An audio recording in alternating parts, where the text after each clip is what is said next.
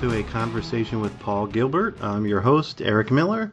This is part of the Pods and Sods Network, and I want to thank you, first off, as always, for clicking the download button or the subscribe button or whatever combination of buttons you've clicked in order to find this episode. It's always very much appreciated. It was a real treat to chat with Paul Gilbert. I'm a big fan of Mr. Big. They're prolific as a group and individually, and with Paul, we talk about that kind of how he approaches material from a solo perspective and then from a Mr. Big perspective. In fact, he's got a new solo album called I Can Destroy, and Mr. Big, the new Mr. Big album is called Defying Gravity. It's friggin' awesome. The title track is such an earworm, and Paul just, kills on that. So I'll be putting that song in here at some point, but yeah, we also talk about him discovering music and what it was like as a kid in his 20s touring with Rush, which was, probably a dream come true. You'll hear all about that. So hopefully you'll enjoy this as much as I enjoyed recording it. A conversation with Paul Gilbert.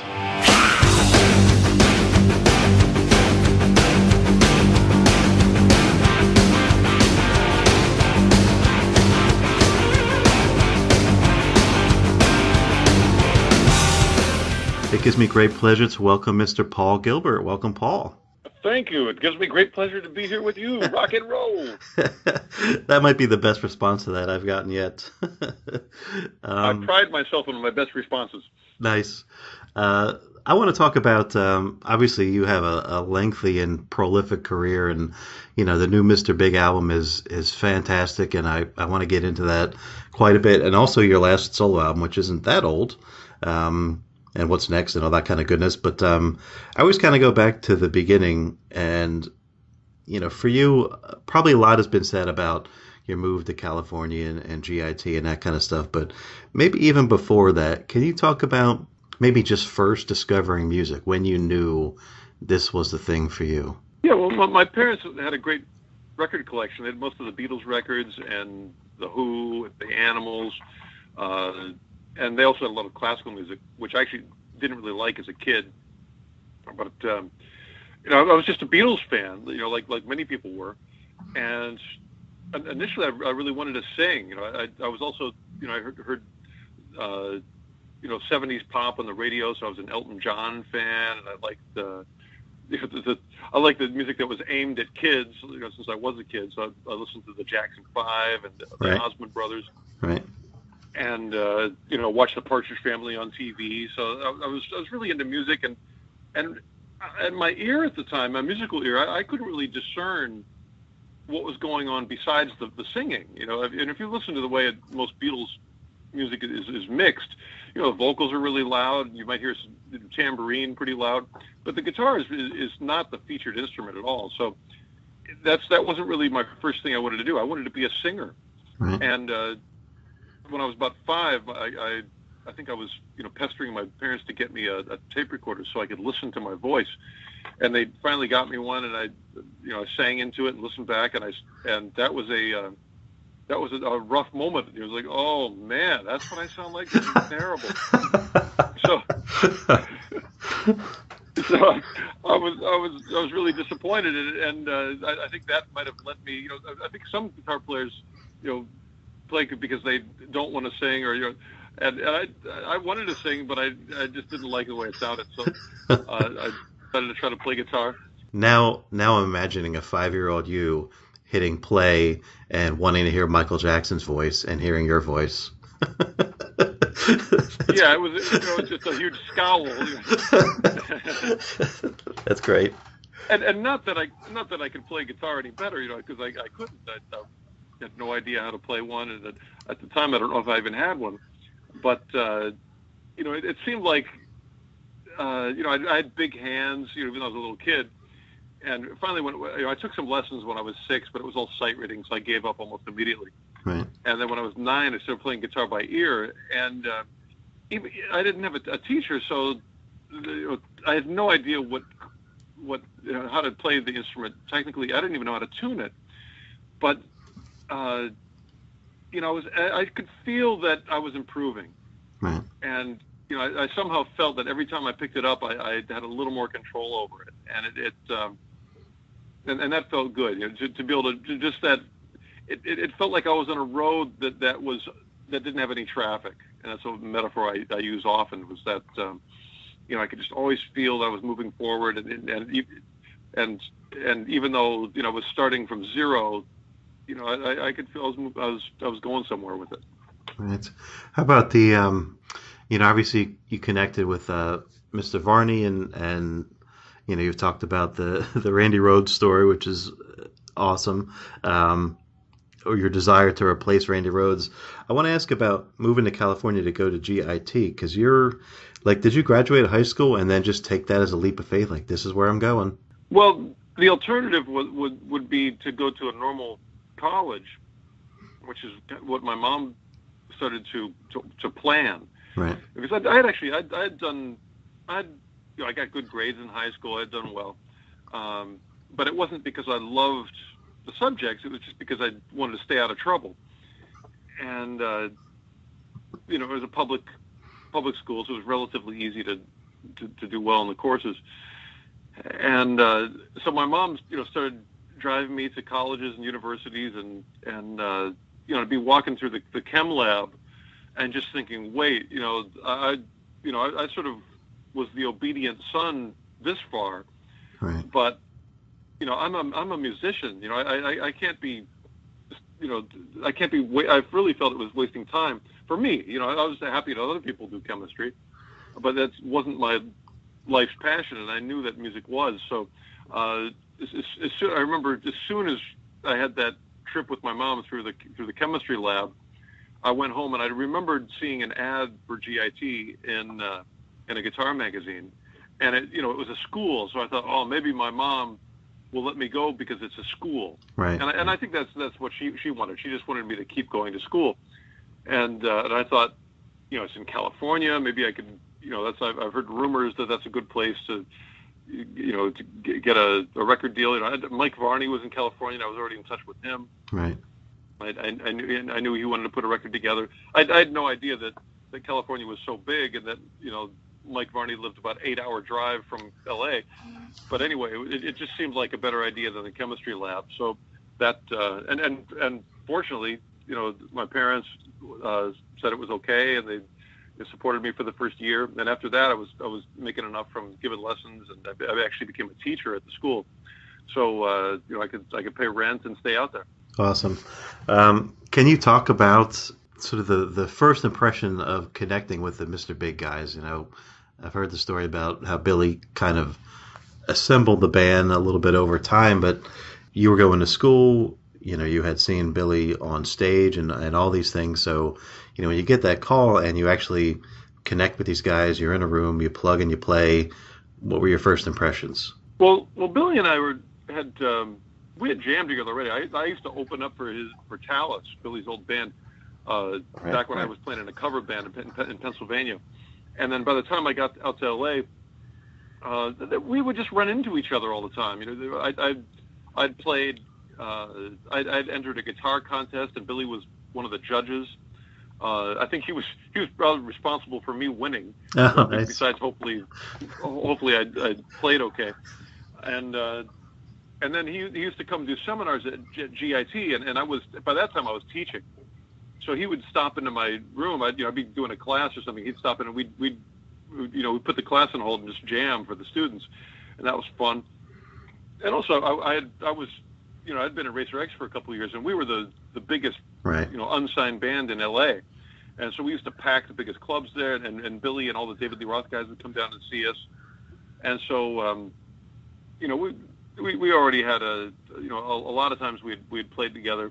And when Billy first contacted me for the band, he actually he didn't say let's form a band. He said, hey, let's just get together and jam some copy songs for fun. Right. And I was excited about it. I was like, oh man, of course we had done that at GIT, but we'd never planned it. It was always sort of by accident. And then the next day he called me up. He said, actually, I'm thinking about forming a band. Would you be interested? And it was it was kind of a rough decision, because as much as I wanted to play with Billy, I was really, Racer X was kind of my baby. I'd put that band together myself. Of course. All the guys were really close friends of mine, and so and we had done well. We were sort of stalled on getting a record deal, but it enjoyed the music, and it's hard to leave your best friends. Yeah. And I was sort of turning my back on them, so that was a hard time to do that. In a way, I was suddenly alone. All my friends were going because they still, I'm sure they would have returned my phone calls, but it was, there was some tension between us when I quit the band. Of course. So, all of a sudden I'm with this new band, and everybody was cool, but they were a lot older than I was, and they had more, they had more experience in the business. And if anything, I was just sort of watching and learning and trying not to cause any trouble. Because these are guys that have done stadium tours, Billy had done the whole David Lee Roth thing, and they had platinum albums, and I'd been in a successful unsigned band in LA, but they everybody, they had all been on major labels. They had kind of big time guys already, and I was just the new guy. Right. So I was just sort of watching and learning and trying not to screw it up.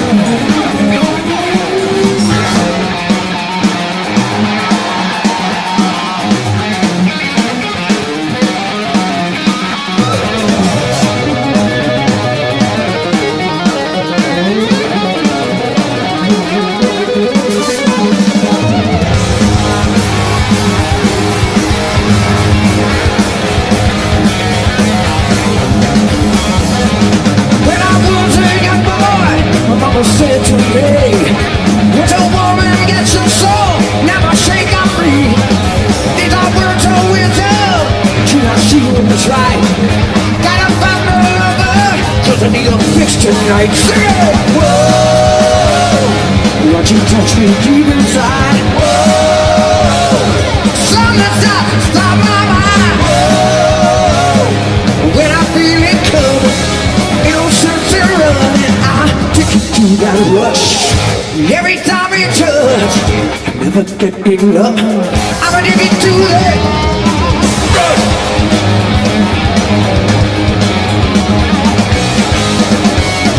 Look around, I stop and stare. Got to get a taste. Pretty women everywhere. Ain't got time to waste. Looking for a little thing. Feel to my plans. All the time, hunt you down. Walking like a man. Whoa! Watch you touch me deep inside. Whoa! Something's top my mind. Whoa! When I feel it come. To that rush, every time we touch, I never get enough. I want more to that rush. Yeah, every time we touch, I never get enough. 'Cause I'm addicted to that rush.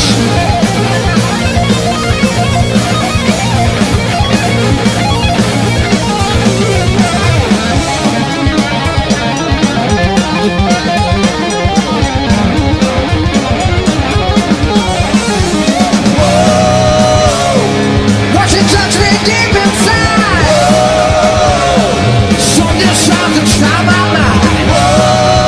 Oh, when I feel it coming,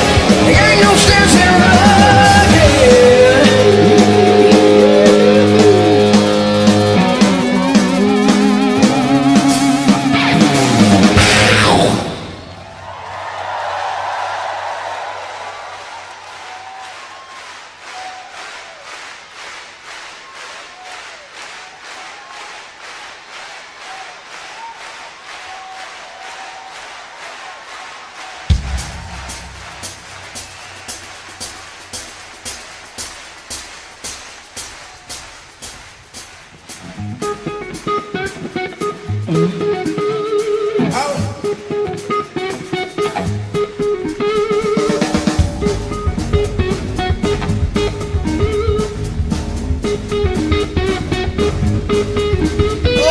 one way out now, baby.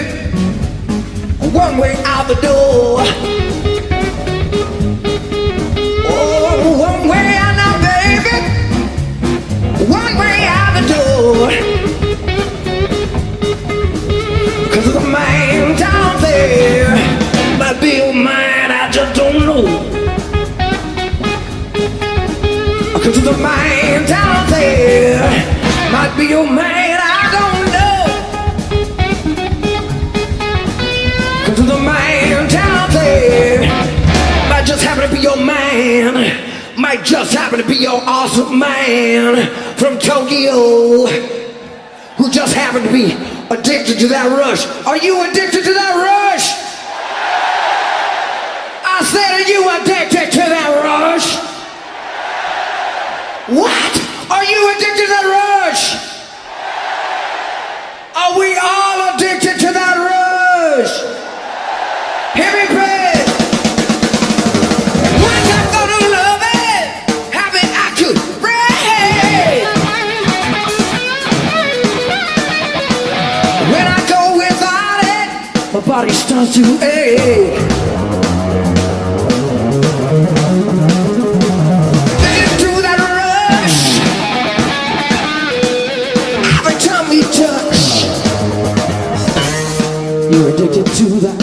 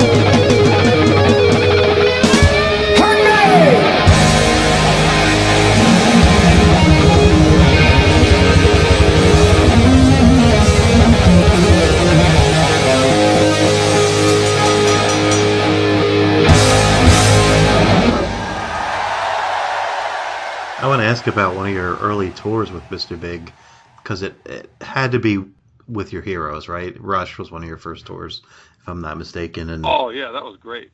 And you know, I figure you're probably in your early 20s at this point, and you know, you're from rural Pennsylvania. My family's from that area. I know that area. So, you know, what is it like as an early 20-something on the road with Rush? Like, what did you learn from those guys?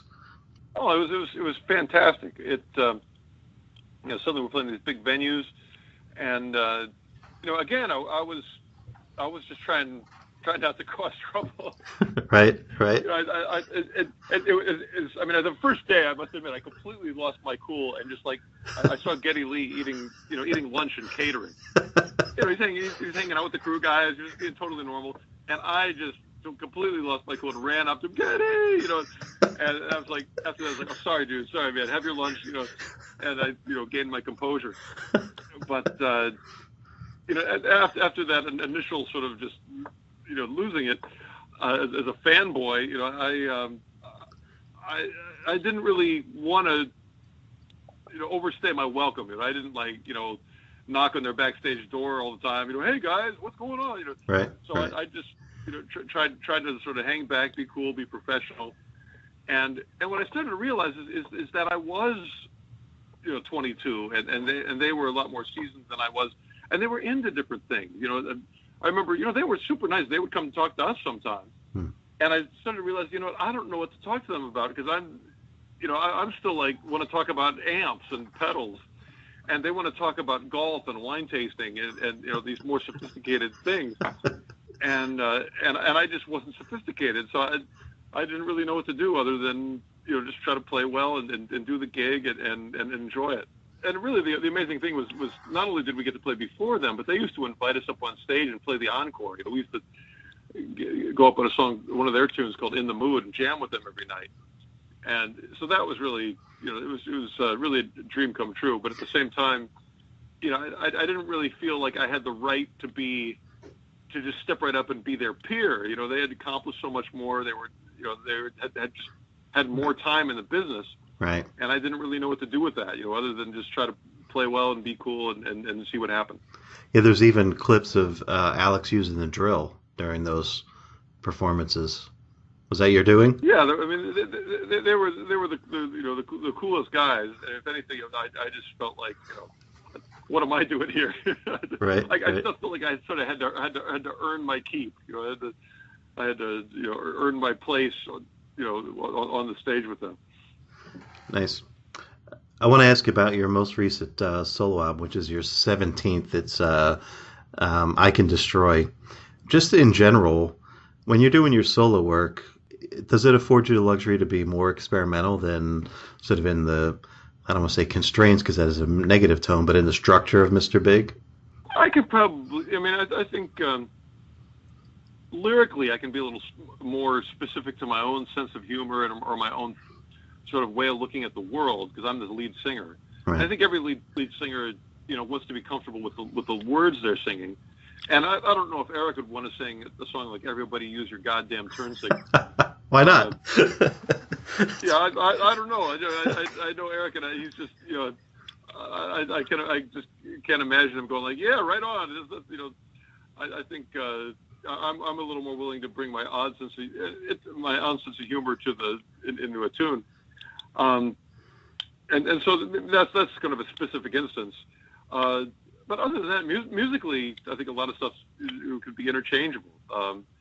And a song like, for example, the ballad "Love We Had," I think that I could easily. Actually, I wrote that with Eric in mind. I was almost thinking that could have been a Mr. Big song. But I think that's probably the biggest thing is lyrically. I get to do things that are a little more my own thoughts and philosophies that are unique to the way I think about the world or think about turn signals.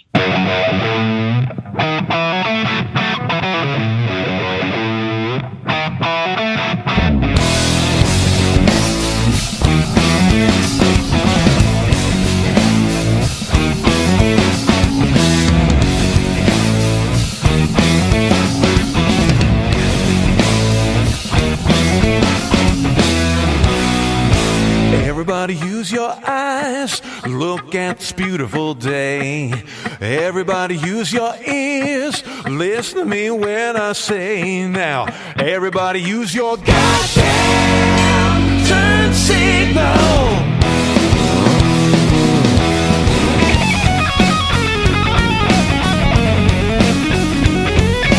Everybody use your goddamn turn signal.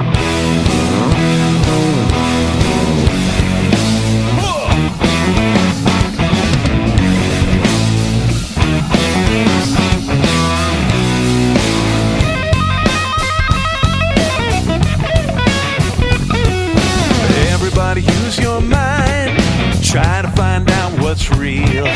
Everybody use your heart, tell a girl how you feel now. Everybody use your goddamn turn signal.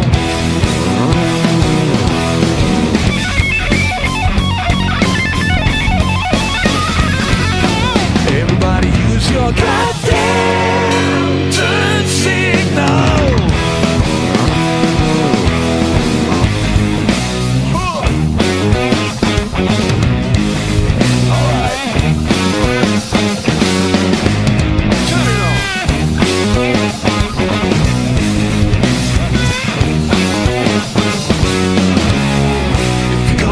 So slow, tell me which way you go. If you're gonna go so slow, tell me which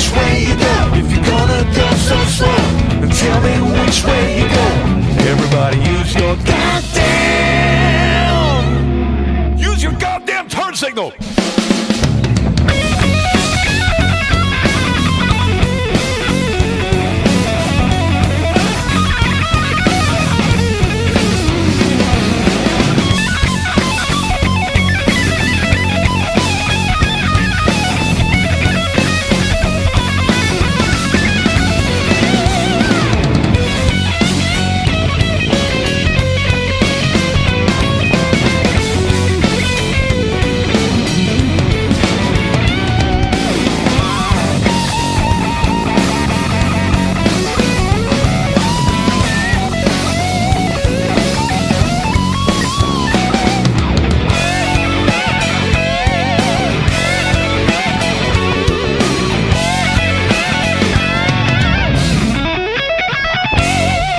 Everybody use your hands, grab a hold of that wheel.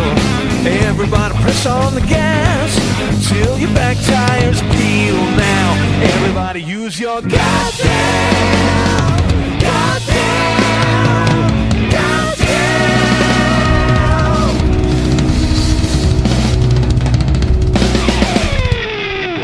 Use your goddamn turn signal.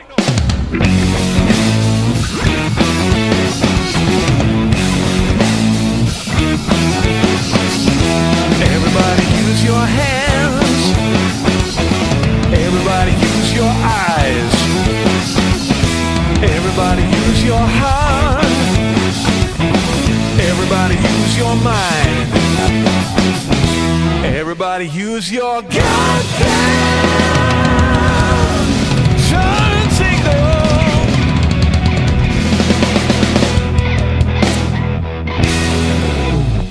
Defying Gravity is the new Mr. Big album. It's the ninth overall. I think maybe it's the sixth you're on, if I'm not mistaken. So one of the talking points that kind of comes with the press around this is that you guys did this in 6 days, right? And I want to ask kind of a practical question around that. You know, what does that look like schedule-wise? Like, do you have like strict 9 a.m. like, you know, call to get in the studio? Like, how does that work? Yeah, we're busy. I mean, that just happened because that's when everybody's schedule worked. You know, we all have a lot of other stuff going on, including our producer. He's got his schedule too. So we had that 6-day period, and before we went in, we thought, oh man, that's you know, can we do it? Is that enough? And we thought, you know what, let's go for it. If it works out, great. If not, we'll have, you know, hopefully we'll have, you know, a good chunk of it done. We'll come back to it later. Right. And we managed to get it done, and I think done really well. And we really enjoyed the urgency of it. But what it looked like was, you know, trying to get as much together beforehand as possible and bring it in. And fortunately, we played together so much that, you know, we don't really need to rehearse much. It just, you know, everybody plays great. It just comes together quickly. It's more about, you know, just getting the song arrangement and getting everybody comfortable with their parts. And you know, and it is, you know, we are busy. I mean, it was funny because there were a couple of songs I had that, you know, that I didn't have time to demo them. And actually, the same thing with Eric. He had a lot of stuff written that, you know, the song was done, but he didn't have time to make a demo. Right. So we would just bring in things, sort of almost like do a buskers version, where we're just, you know, stomping on the ground and singing and playing acoustic guitar and trying to have that be convincing enough where the band wants to make it a Mr. Big song, which is a kind of a high pressure performance. You know, you want to sort of get across this, you know, what you know, a demo you can put the harmonies on, you can make a big production out of it, and instead, you know, we're just doing a one-man band version of it. That's, you know, a little stressful, but at the same time, we know each other and we can, right, you know, we hear past the you know, we can sort of imagine how those things will fit in, and it's really exciting to have a song that you've never demoed and is in that raw state, and hear it evolve, you know, in about an hour and a half into something that's complete and big sounding and full of energy and depth, and to hear it, the song travel to that in such a short period of time is really exciting. So that's what made it fun. It was you know, seeing these things that were just, you know, a skeleton of a song, and then putting the skin and bones onto it. Yeah, and that's got to be, being one of the, you talk about that sort of from the presenter's perspective, but there's also the listener, right? So, when one of the other guys comes in with something, that's probably just as exciting, right? Because you get to flesh out their skeleton. You're like, ooh, how about if I do this? It's got to be, the converse is probably true as well, right? Yeah, it's just, I mean, basically you're seeing the birth of a song. Right. So that's always exciting because and not only that, it's a Mr. Big song, and to hear it, it's almost like, we get to be the first people to hear the record. And so I remember the first song we did for the record was the title track, Defying Gravity. And again, this is the beginning, this is day one of 6 days, and to hear it go from this acoustic performance that Eric did, and all of a sudden it's sounding like a new Mr. Big track. We're going, wow, this is great. It's working. This is actually going to work. So that's just always exciting to have that happen. How about reconnecting with Kevin Elson, because he had done the first couple Mr. Big records? What was it like working with him again? Oh, it was wonderful. He I wish we'd I mean, I don't know why we didn't work with him sooner, other than schedules, because he is a busy live sound engineer. He's worked with everybody from Michael Jackson to Aerosmith to Journey, Leonard Skinner. He's sort of legendary live sound engineer. But it worked out. He had the hole in his schedule so he could work with us, and we have so many memories with him, because he did those first 4 classic Mr. Big albums. He used to tour with us, running in front of house, and it was just great to see him as a friend, and great to work with him as a great producer. Yeah, I think he actually had worked with Eric prior to Mr. Big. I think he did the Eric Martin Band record as well. Oh yeah, that's true. So the one thing I've noticed, on prior Mr. Big, you had a flying pig. Now you got a flying elephant. You have a flying dog. Do you guys have what's into flinging animals? Do you have a thing? It's kind of a homage to Monty Python or something. But it's a fine line. The elephant, I think, is actually balancing. Oh, okay, you're right. Balancing, he's not flying. He's balancing. I don't know. I had to really put that together, but I suppose it's coincidence, or it's not a plan. They aren't clues that Paul is dead. Understood. I just noticed a thread, and I was like, hey, I wonder if you ever put these dots together. Can I ask you about a particular song?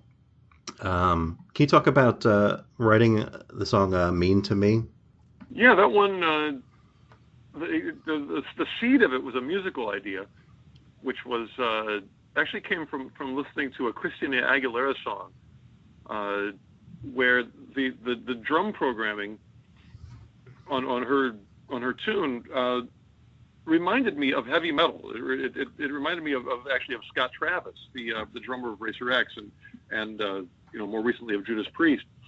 And the way Scott does the way he does double bass playing, it's not just dugga dugga dugga dugga dugga 16th notes.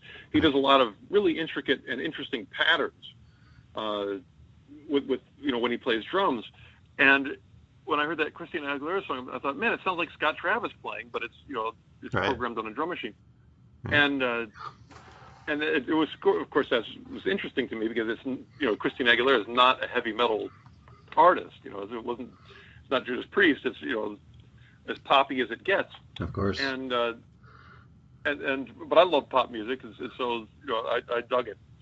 And I used to play that in some of my guitar clinics, just on guitar, where I would take a similar drum pattern and kind of make the low chunky string on the guitar be like the kick drum, and then make the chord stabs be like the snare.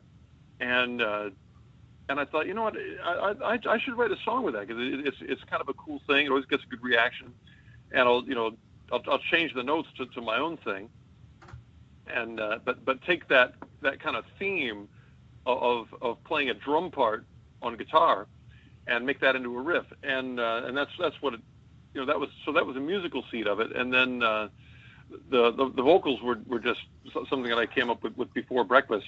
You're trying to Nice. Realizing that with Mr. Big, the way we were working, we could have it into a completed tune by lunch. So with that inspiration, I was able to put the whole song together.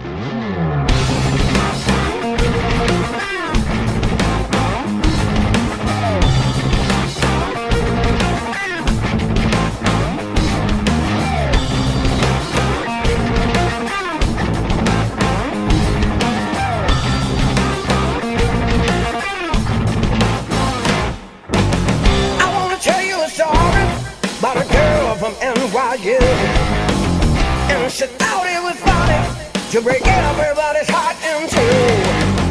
I really thought that I might change your way. Loved her so hard for a couple of days. Baby, here's what I say: I set the sinners free. That's what you mean to me. Give up a chance to be.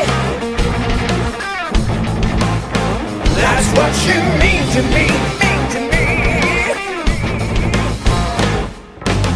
I thought she'd listen, staring back with those big blue eyes. Hey, something was missing as she looked away. I got wide. I tried so hard to make it through, but there's always something left. When I'm coming back for you, I set the sinners free. That's what you mean to me.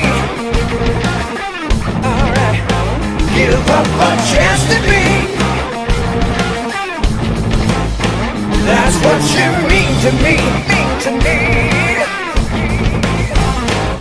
We could jam all night. We could play our troubles away. We could pass it around, we could dig that sound. We'd hope that cold December. She could dance all night, making out with everybody but me. Such a bitter feel, but I love her still. And all I can remember, won't you free my mind? Yeah, yeah.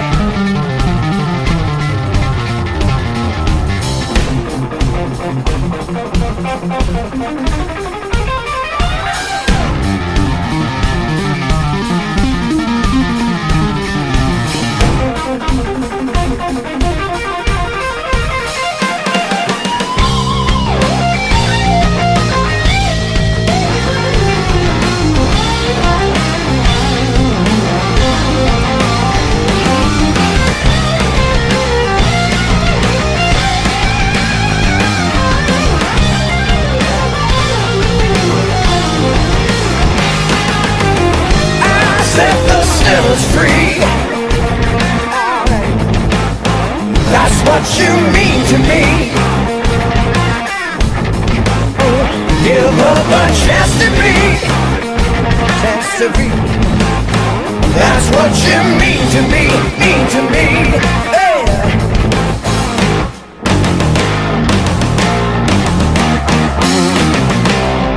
After such a long, prolific career, like practically speaking, how do you avoid repeating yourself?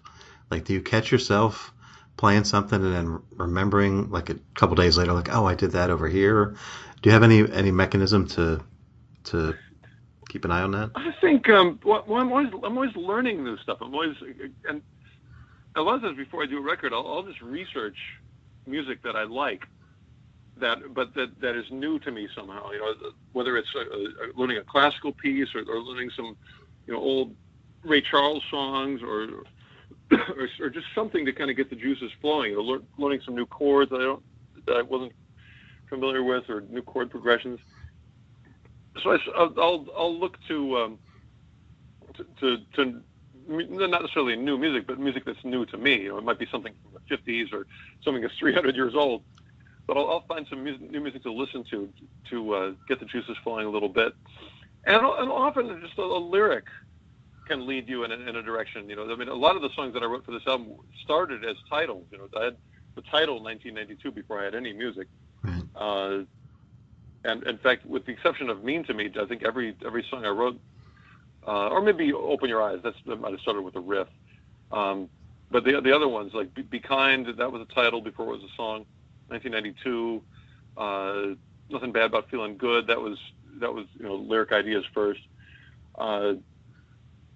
So that and when you've got that, a lyric, you have to figure out how to sing. If you've got a word, what is the melody of it? What is the rhythm of it? And that sort of gets the ball rolling.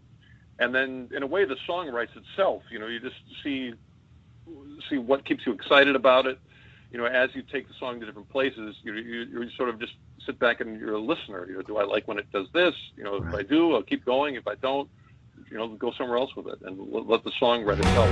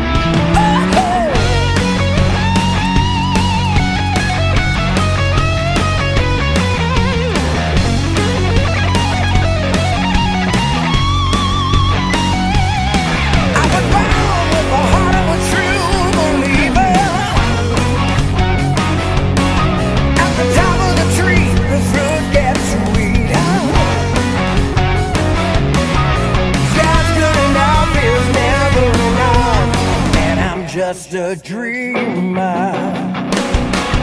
The eyes of the world, the way they bring me down.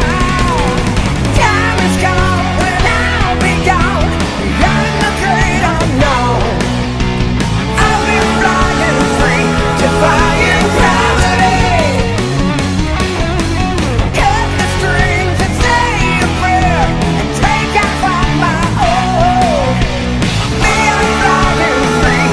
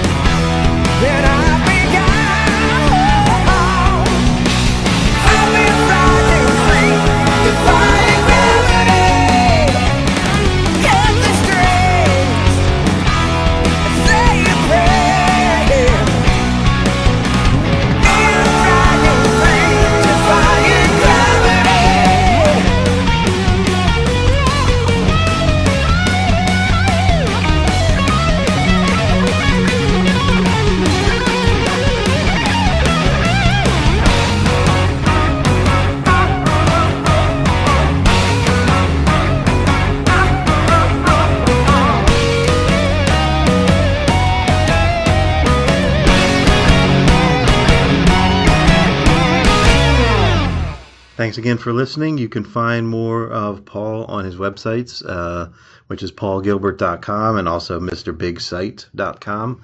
And see where they're going to be touring, where he's going to be playing, and all that goodness. You can find more Pods and Sods on our website, which is podsodcast.com. You can also find us on iTunes, on Stitcher, on TuneIn now, and all kinds of places. If you go to iTunes, hopefully you will subscribe and leave a rating or a review. A couple of stars is always nice. 5 is better. Some nice words is also appreciated. So hopefully you'll get a chance to do that. You can also find us on Facebook, which is facebook.com/podsodcast. So go check us out and say hello. And I will close with some words of wisdom that I always close with from Mr. Bill Hicks. Thank you. The world is like a ride at an amusement park, and when you choose to go on it, you think it's real, because that's how powerful our minds are. And the ride goes up and down and round and round. It has thrills and chills, and it's very brightly colored, and it's very loud, and it's fun for a while. Some people have been on the ride for a long time, and they begin to question, is this real, or is this just a ride? And other people have remembered, and they come back to us, and they say, hey, don't worry, don't be afraid, ever, because this is just a ride. And we kill those people. Shut him up. We have a lot invested in this ride. Shut him up. Look at my furrows of worry. Look at my big bank account and my family. Has to be real. It's just a ride. But we always kill those good guys who try and tell us that. You ever notice that? And let the demons run amok? But it doesn't matter, because it's just a ride. And we can change it anytime we want. It's only a choice. No effort, no work, no job, no savings of money. A choice right now between fear and love. The eyes of fear want you to put bigger locks on your door, buy guns, close yourself off. The eyes of love instead see all of us as one. Here's what we can do to change the world right now to a better ride. Take all that money we spend on weapons and defense each year and instead spend it feeding, clothing, and educating the poor of the world, which it would many times over, not one human being excluded, and we can explore space together, both inner and outer, forever in peace.